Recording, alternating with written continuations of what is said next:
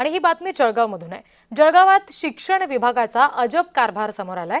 12वीच्या 11 विद्यार्थ्यांवर कॉपी प्रकरणामध्ये कारवाई झाली, पण शिक्षण विभागाकडून मात्र कारवाईचा उल्लेखच करण्यात आला नाहीये।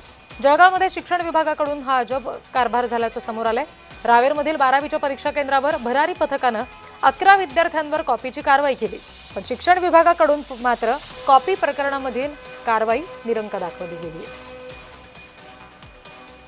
मी तिथे गेल्यावर त्या काही मुलींकडे कॉपी केसेस सापडल्या, तर त्या मी जप्त केल्या। त्यांचा पेपर पण जप्त केला आणि दुसरी उत्तरपत्रिका देण्याच्या सूचना दिल्या आणि सगळे कॉपी आणि त्यांचे रेस हॉल तिकीट वगैरे सगळं घेऊन यांच्याकडे आले केंद्र संचालकांच्या कार्यालयात।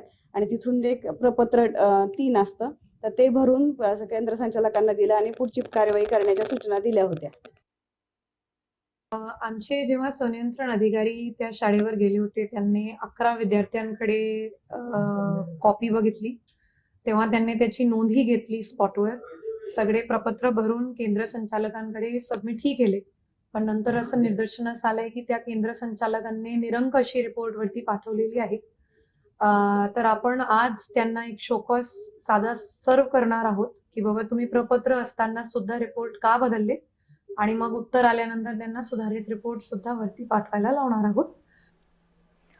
प्रतिनिधी जुगल पाटील यांच्याकडून आपण आणखी तपशील घेणार आहोत। जुगल, स्वतः सगळ्या जे अधिकारी आहेत भरारी पथकातले त्यांनी सुद्धा सांगितलेलं आहे की 11 विद्यार्थ्यांवर कारवाई झालेली होती।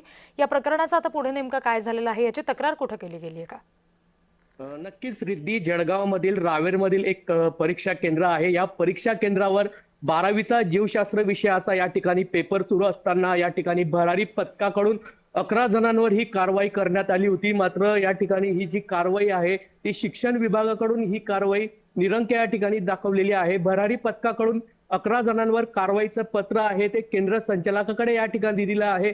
मात्र केंद्र संचालकाने हे पत्र शिक्षण आयुक्तांकडे या ठिकाणी कारवाई ही निरंक दाखवलेली आहे। या संदर्भात जिल्हा परिषदेच्या मुख्य कार्यकारी अधिकारी आहे यांनी या संदर्भात जो जे केंद्र संचालक आहे त्यांच्याकडून या ठिकाणी खुलासा या ठिकाणी मागवलेला आहे की हे जे कारवाई आहे ती निरंक का दाखवण्यात आलेली आहे। एकीकडे राज्य शासन ही कॉपी मुक्त अभियानासाठी सर्वतोपरी प्रयत्न करत असताना मात्र या केंद्र संचालकाने जी कॉपीची जी कारवाई आहे ती निरंक दाखवल्यामुळे एक मोठी खळबळ उडाली आहे। या संदर्भात जिल्हा परिषदेच्या मुख्य कार्यकारी अधिकारी याबद्दल केंद्र संचालकावर काय कारवाई करता हे पाहणं महत्त्वाचं ठरणार आहे। रिद्धी, जुगल, तुम्ही आमच्याशी असेच जोडलेले राहा।